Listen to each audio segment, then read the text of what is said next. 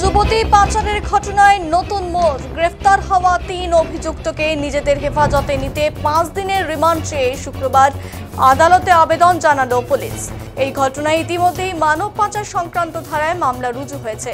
তদন্তকারীরা মনে করছেন গোটা ঘটনার পেছনে একটি বৃহৎ আন্তঃরাজ্য পাচার চক্র সক্রিয়, যা তামিলনাড়ু থেকে নিয়ন্ত্রিত হচ্ছে। পুলিশ জানিয়েছে এনজেপি এলাকা থেকে যুবতী পাচারের ঘটনা সামনে আসার এক সপ্তাহের মধ্যেই শিলিগুড়ি জংশন এলাকায় অভিযান চালিয়ে ৩৪ জন যুবতীকে উদ্ধার করা হয়েছে।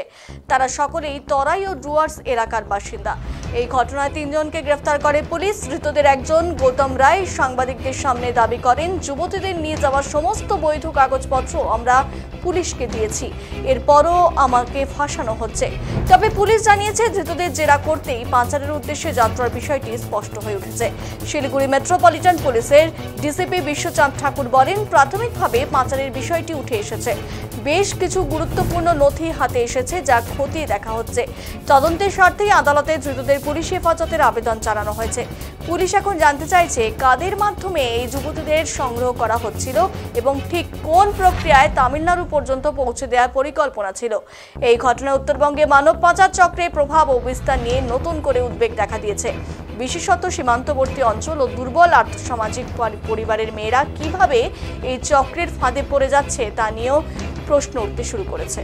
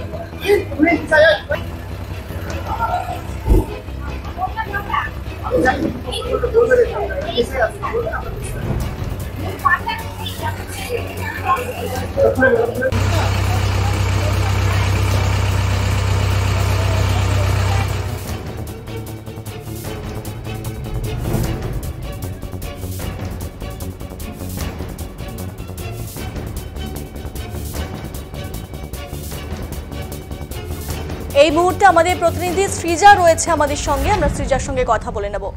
সৃজা, এই যে খবরটি উঠে এসেছে সেখানে যে মনে করা হচ্ছে একটি বৃহৎ আন্তঃরাজ্য পাচার চক্র সক্রিয়, যা তামিলনাড়ু থেকে নিয়ন্ত্রিত হচ্ছে, কি বলবে এই গোটা বিষয়টি নিয়ে?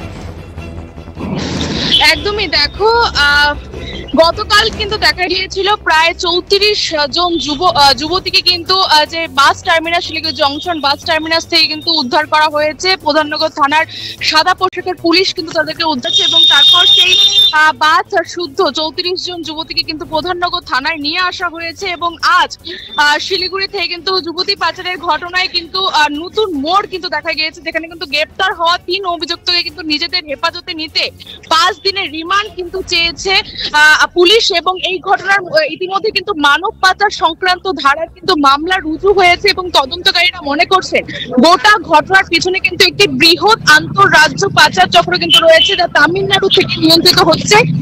পুলিশ কিন্তু এই বিষয়ে জানিয়েছে যে এনসিপি এলাকা থেকে যুবতী পাচারের ঘটনার সামনে আসার এক সপ্তাহের মধ্যে কিন্তু শিলিগুড়ি জংশন এলাকায় অভিযান চালিয়ে প্রায় ৩৪ জন যুবতীকে কিন্তু উদ্ধার করা হয়েছে। তারা সকলেই তরাই বা ডুয়ার্স এলাকার কিন্তু বাসিন্দা বলে যেমনটা জানা যাচ্ছে এবং এই ঘটনায় যেমনটা বললাম ৩ জনকে কিন্তু গ্রেপ্তার করেছে এবং ৩ জন যে গ্রেপ্তার তাদের কিন্তু নাম রয়েছে গৌতম রায়। তিনি একজন কিন্তু গৌতম রায় তাই কিন্তু সাংবাদিকদের সামনে দাবি করেন যে সাংবাদিকদের সামনে কিন্তু তিনি দাবি করেন যুবতীদের নিয়ে যাওয়া সমস্ত বৈধ কাগজপত্র আমরা পুলিশকে দিয়েছি এবং এরপরেও আমাকে ফাঁসানো হচ্ছে। তবে পুলিশ কিন্তু এই বিষয়ে জানিয়েছে যে ধৃতদের জেরা করতে পাচারের উদ্দেশ্যে কিন্তু যাত্রার বিষয়টি কিন্তু স্পষ্ট হয়ে উঠেছে। এই বিষয়ে কিন্তু বিশ্বচাঁদ ঠাকুর ডিসিপি বিশ্বচাঁদ ঠাকুর তিনিও কিন্তু সাংবাদিক সম্মেলন করে জানিয়েছে যে ৩ জনকে গ্রেপ্তার করা হয়েছে এবং আরো খোঁজ চলছে তামিলনাড়ুতে যে এই যে আন্তঃরাজ্য যে পাচার চক্র সেই চক্রের বিরুদ্ধে কিন্তু খোঁজ চলছে যে কোথা থেকে এই ঘটনাগুলি ঘটছে বা কি রয়েছে সমস্ত কিছু কিন্তু পুলিশের তরফ থেকে খোঁজ চলছে। সৃজা, আমরা কয়েকদিন আগে খবর করেছিলাম যে এনজেপি স্টেশনেও বেশ অনেক সংখ্যক এরকম নাবালিকাকে উদ্ধার করা হয়েছিল। আজ আরও একবার এই যে 34 জন, এই যে সংখ্যাটা কিন্তু খুব একটা কম নয়। সেদিনও প্রায় 50-এর ওপরে, আজও সেই 34। কোনো রকমভাবে কি সেদিনের ঘটনা এবং আজকের এই ঘটনার মধ্যে যোগসূত্র আছে বলে মনে করছো? একদমই, দেখো যে কিছুদিন আগে কিন্তু দেখা গিয়েছিল যে এনজিপি থেকে যে 54 জন যুবতীকে কিন্তু উদ্ধার করা হয়েছে এবং গতকালও কিন্তু ঠিক তেমনটাই যে শিলিগুড়ি জংশন বাস টার্মিনাস থেকে 34 জন যুবতীকে কিন্তু উদ্ধার করা হয়েছে।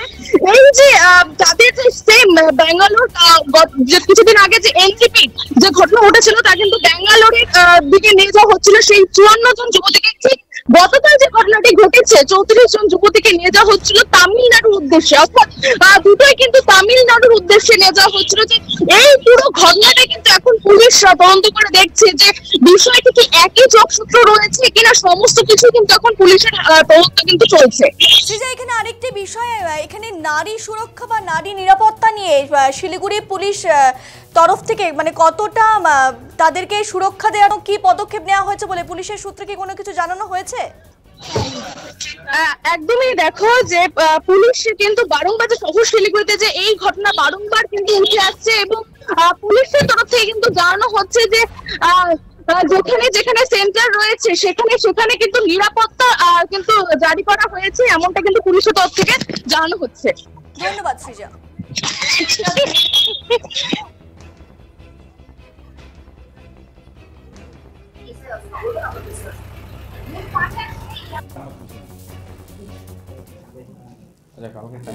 বলো, জিজ্ঞেস করো কি কালকে হলো, কালকে অনেক এনজিপি পরে আবার শিলিগুড়ি থেকে যুবতী নিয়ে যাওয়া হচ্ছে।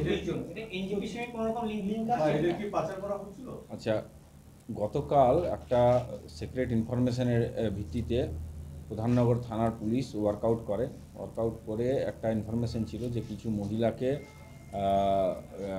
ভুল বুঝিয়ে অন্য কোথাও নিয়ে যাওয়া হচ্ছে ফর মানে রং পারপাস। তার উপরে সেই ইনফরমেশনের উপর ওয়ার্কআউট করে প্রধাননগর থানা 30 জন মহিলা যাদেরকে অন্য জায়গায় নিয়ে যাওয়া হচ্ছিল কাজের প্রতিশ্রুতি দিয়ে, তো তাদেরকে উদ্ধার করা হয়। জিজ্ঞাসাবাদের পরে জানা যায় যে কিছু লোকজন তাদেরকে আউটার স্টেটে তামিলনাড়ুতে কোনো এক জায়গায় কাজ পাইয়ে দেবে নাম করে তাদেরকে নিয়ে যায়, যদিও তাদের কাছে কোনো লফুল অথরিটি বা ডকুমেন্টেশন সেরকম কিছু ছিল না। তো তার ভিত্তিতে তাদেরকে উদ্ধার করা হয় এবং এই ঘটনায় 3 জনকে গ্রেপ্তার করা হয়। তার উপর একটা স্পেসিফিক কেস স্টার্ট করে তদন্ত শুরু হয়েছে এবং যে মহিলাদের উদ্ধার করা হয়েছে তাদেরকে তার প্যারেন্টসদের কাছে ফেরত দেওয়া হচ্ছে। যাদেরকে অ্যারেস্ট করা হলো তাদের ব্যাকগ্রাউন্ড কি আছে, মানে এরকম কি তারা পাচার? এটা প্রাথমিকভাবে এখন যে 3 জন গ্রেপ্তার হয়েছে তার 2 জন পুরুষ এবং একজন মহিলা, 2 জন ভক্তিনগর থানা এরিয়ার আর একজন মেটেলি থানা এরিয়ার আছেন। তো তাদেরকে অ্যারেস্ট করা হয়েছে, পিসিতে নেওয়া হচ্ছে। পিসি নিয়ে তারপরে ডিটেল ইন্টারোগেশনে আরও জানা যাবে যে তাদের ব্যাকগ্রাউন্ড কী পারপাস, এর আগে এরকম কোনো ক্রাইমে জড়িত আছে কিনা সেগুলো আর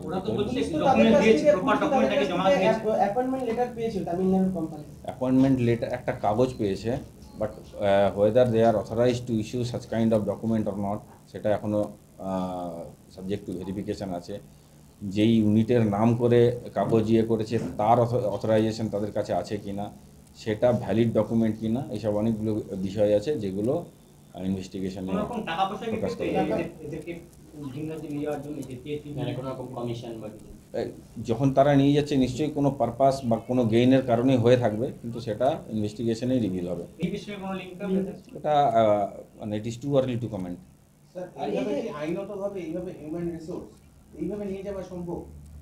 নিয়ে যাওয়া সম্ভব মানে লফুলি নিয়ে যাওয়া মানে সম্ভব নয় বলে এখানে লফুলি প্রপার ল মেনটেন বা রুল মেনটেন করে এসব জিনিস করা হয়নি বলেই তো এটা এফআইআর হয়েছে, অ্যারেস্ট হয়েছে। হ্যাঁ, তাদের প্যারেন্টসদেরকে যোগাযোগ করে এনে তাদের হাতে মেইনলি আমরা 34 জন এরকম মহিলাকে উদ্ধার করা হয়েছে। তারা বেশিরভাগই পাওয়া গেছে নাগরাকাটা, মেটেলি, কালচিনি, আলিপুরদুয়ার এইসব এরিয়ার। টার্গেটটা হচ্ছে চা বলায় যেখানে নিডি পরিবাররা থাকে না, সেটা মানে কাদেরকে টার্গেট করছে, কি করে টার্গেট করছে, কিভাবে ওই জায়গায় পৌঁছাচ্ছে, লিঙ্ক কি করে আছে, অনেকগুলো বিষয় আছে যেগুলো ইনভেস্টিগেশনে আস্তে আস্তে তামিলনাড়ুর ওই কোম্পানির সাথে যোগাযোগ করার চেষ্টা করছে। অনেকগুলো বললাম তো যে আরও অনেক প্রসেস আছে, it is too early two comment. একটা হলো যে এরকম তো দেখা গেলো এনজিপি, তারপরে শিলিগুড়ি প্রধান থানা এলাকা, এর আরো কি এরকম শহরে আছে যে এরকম মেয়েদের ফুসলিয়ে নিয়ে যাচ্ছে চাকরি, মানে কতটা সতর্ক, মানে কোনো সতর্কবার্তা আপনারা দিবেন? আপনারা কি কোনো অ্যাওয়ারনেস করছেন? এখানেও তো চা বাগান রয়েছে অনেক। সেন্সিটাইজেশন প্রোগ্রাম সবসময় হয়। হিউম্যান ট্রাফিকিং আর এইরকম টাইপের যেসব ইস্যুস থাকে, যাদেরকে অনেক ক্ষেত্রে দেখা যায় ভুল বুঝিয়ে, মানে বিভিন্ন রকম প্রলোভন দেখিয়ে কাজের নাম করে অন্য জায়গায় নিয়ে যাওয়া হয়, তার বিরুদ্ধে সেন্সিটাইজেশন সবসময় চলে, সেটাও চলবে। আর এরপরে আমরা পুলিশ এরকম মানে এইসব বিষয়ে কাজ করছে বলেই ইনফরমেশনটা পেয়েছে, তারপরে ওয়ার্কআউট করেছে। এটাও কি কোনো এজেন্সি মারফত এসেছিল, এরকম কিছু জানতে পেরেছেন? ওই ওটা বললাম তো, ইনভেস্টিগেশনে জানা যাবে। যারা অ্যারেস্ট হয়েছে এজেন্সিতে কাজ করতো, কার মাধ্যমে নিয়ে যেত, ডাইরেক্ট নিয়ে যেত, আর মিডিয়েটার আছে মাঝখানে, কি আছে, অনেকগুলো বিষয় আছে যেগুলো ইনভেস্টিগেশনে জানা যাবে। জিআরপি আধিকারিকরা বলেছে আপনাদের সাথে কোলাবোরেশন করে এই কেসটা ক্র্যাক করতে, আপনারা জিআরপির সাথে কোলাবোরেশন করে কাজ করতে চাচ্ছেন? In the interest of investigation যা যা করণীয় সবই করা হবে। আপনারা কতদিনের রিমান্ড চাবেন? এই তো রিমান্ড 5 দিনের রিমান্ড চেয়ে পাঠানো হয়েছে, তারপর দেখা যাবে। শহরের বিভিন্ন জায়গাতে দেখা যাচ্ছে গভর্নমেন্টের লোগো ব্যবহার করে ট্রেনিং সেন্টার, এবার জিআরপির কেসটাতে দেখা গেল এই গভর্নমেন্টের লোগো ব্যবহার করে ট্রেনিং সেন্টার চলতো। এটাও এটার ব্যাপারে এই ইনসিডেন্ট, এই কেসের ব্যাপারে বলুন। এটাও বলছে কোথাও না কোথাও ট্রেনিং হয়েছিল, তাহলে শহরে যে সমস্ত ট্রেনিং সেন্টারগুলো রয়েছে যারা এরকম ভাবে জেনারেলাইজ করা ঠিক হবে না, কিন্তু এই ঘটনার সাথে যদি এরকম কিছু থাকে, ইট ইজ টু আর্লি। ইনভেস্টিগেশনের মাধ্যমে সব কিছুই সলভ করা হবে, এবং যারা যারা মানে যেরকম ভায়োলেশনস আছে তার এগেনস্টে লফুল অ্যাকশন নেওয়া হবে।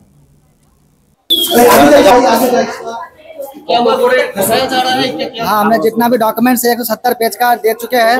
जो भी कैंडिडेट्स है सबका पेरेंट कंसर्न फॉर्म और सेल्फ डिक्लेरेशन, और कैंडिडेट सभी 18 साल के प्लस है, सारा डॉक्यूमेंट दे चुके हैं। सारे कैंडिडेट का पेरेंट कंसर्न फॉर्म था, जो भी है सारा डॉक्यूमेंट दिए।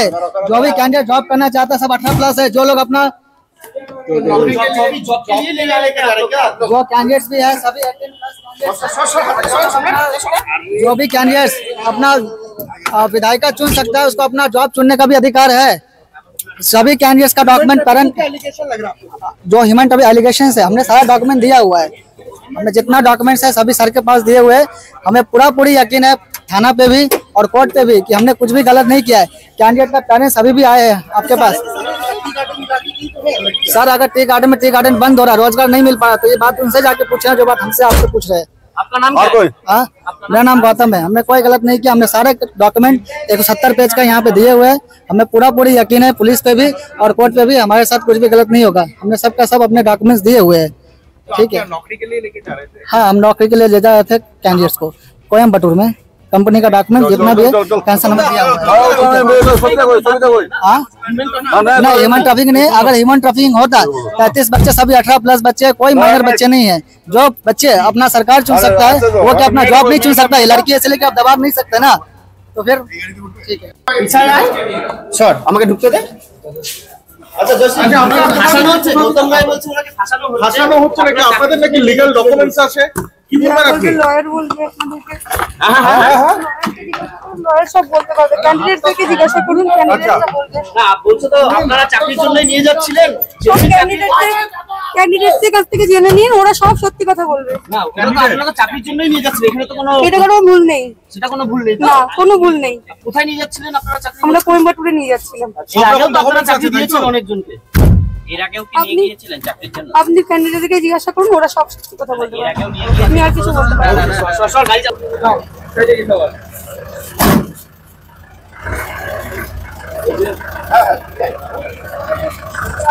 क्या लग रहा है? आपका बेटे को फंसाया जा रहा है, लग रहा है आपको? आपके बेटे को हाँ जी, फंसाया जा रहा है। वो तो इसी संस्था में काम करते थे ना? हाँ, मेरा बेटा 10 साल से काम करता है इसमें। इससे पहले ऐसा कुछ नहीं हुआ? नहीं, कुछ नहीं हुआ है। कितना बार नहीं करिए, मेरा लड़का गया है, कितना लड़की को जॉब दिलाया है। अच्छा काम करता था? हाँ, मेरा बेटा अच्छा है। मेरा बेटा कोई तलबाजी नहीं है। अच्छा, आप लोग क्या चाहते हैं? हमको हमको बेटा को छोड़ दीजिए। आपका बेटा अरेस्ट हुआ? हाँ, क्या नाम है आपका बेटा? गौतम राय। तो क्या बोलेंगे? हम छोड़ना चाहते हैं, छोड़ दीजिए हम लोग। कितना साल से काम कर इससे पहले मेरा बेटा तो 10 से इसी संस्था में काम कर रहा है? इसी संस्था में पहले भी लेके गया है? पहले भी लेकर के गया है। हाँ, को जॉब भी दिया है? हाँ, जॉब दिया है। अच्छा, तो उसको फंसाया जा रहा है? हाँ, फंसाया जा रहा है मेरा बेटा को। आपका नाम क्या है? मेरा नाम सर इस समय हम नहीं बोले। आपका नाम क्या है? आपके बेटा को छुड़ाना है तो बोलना तो पड़ेगा ना। मैं चांदनी राय। कहाँ पे, घर कहाँ पे है आपका? हैदरपुरा सुजू शिक्षा संघ। क्या लग रहा है आपका बेटा?